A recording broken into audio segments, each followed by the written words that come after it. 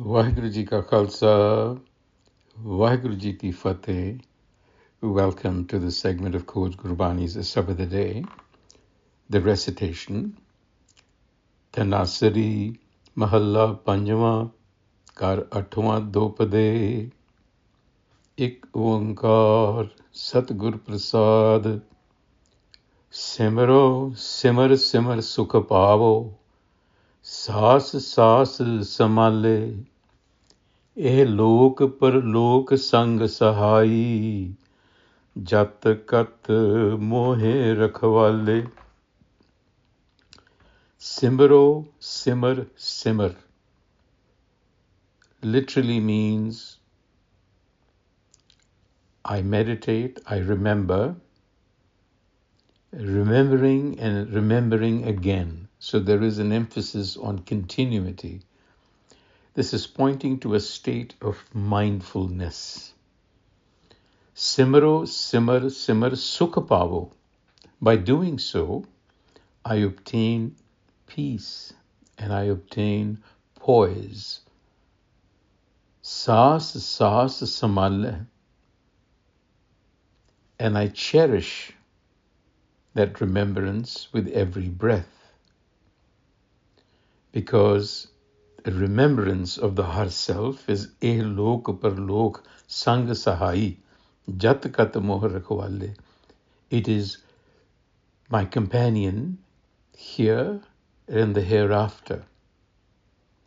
In other words, whatever is to come.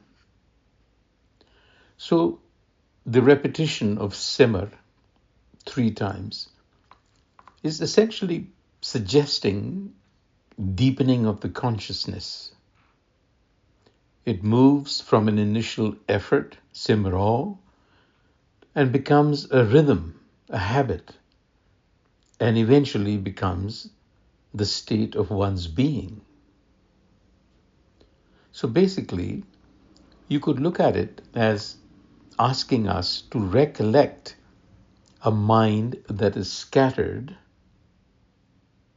to bring it all together into a singular high-functioning state of presence. And remembrance is being linked here to the breath, saas. So this is not a weekend activity. It's the psychological baseline that will collapse the distance. Eh lok sang sahai, eh lok sang sahai. So you're collapsing the distance through this physiology. And it is the lived application. So when you face a moment of friction or anxiety about the future, you're in a state of forgetting. So you have to reset the button. Instead of trying to think your way out of the problem, simmer, shift. Realize that the same Har breathing you is breathing the person or the situation you're in a conflict with. This essentially is Gur Ka Bachan Basai Ji Nale. This is the Rahao.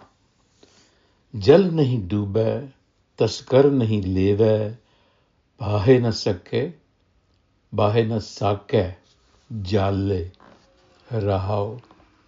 Gur Ka Bachan, the Guru's word abides within me, basai ji nale. The nature of Gur Ka Bachan is such that it does not sink in water, jal nahi doobai. No thief can steal it, taskar nahi levai, and fire cannot burn it, bahana sake jale. So essentially, it abides within my soul, meaning it is intrinsic to my consciousness. Gur Ka Bachan is intrinsic to me. It's innate to my consciousness. And for that reason, it is immune to the elements, to the physical elements. It cannot be stolen, burnt, or drowned. So this is the inner citadel, if you wish, and quite akin to the Greek logos. And this word, this instruction, this narrative resonates, and it is a catalyst that aligns our consciousness with universal wisdom. Nam, which resonates in everything.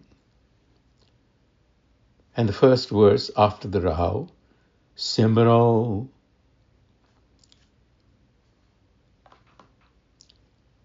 निर्धन को धन अंधले को टिक, मात दूत जैसे बाले, सागर में बोहित पायो, हरि नानक कर कृपा कृपाले. Like wealth to the poor, like a cane to the blind, andule ko tik, and a mother's milk to the infant, maat doodh jaise balle. And in this world ocean, in existence, sagar mein, the Guru says, I have found the ship, bohit payo. The merciful has shown grace to Nanak, har Nanak kari kirpa, bohit payo. So essentially, the metaphors here signal a movement from vulnerability to stability. So you see physical elements, worldly wealth, it's all uncertain. By contrast, the wisdom of the Guru's word is the very fabric of my psychic apparatus and can never be taken from me. So, wisdom, Naam, Guru Ka Bachan, restructures the psyche. It allows us to deal with unexpected or unanticipated events. Mother's milk is a necessity for sustenance. Here, the mother's milk is wisdom. It's necessary for self-actualization.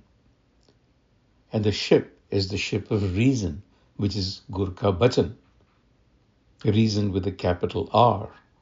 And it is the inner compass that protects the individual from the turbulence and unpredictable sea of passions. Vaheguru Ji Ka Khalsa, Vaheguru Ji Ki Fateh.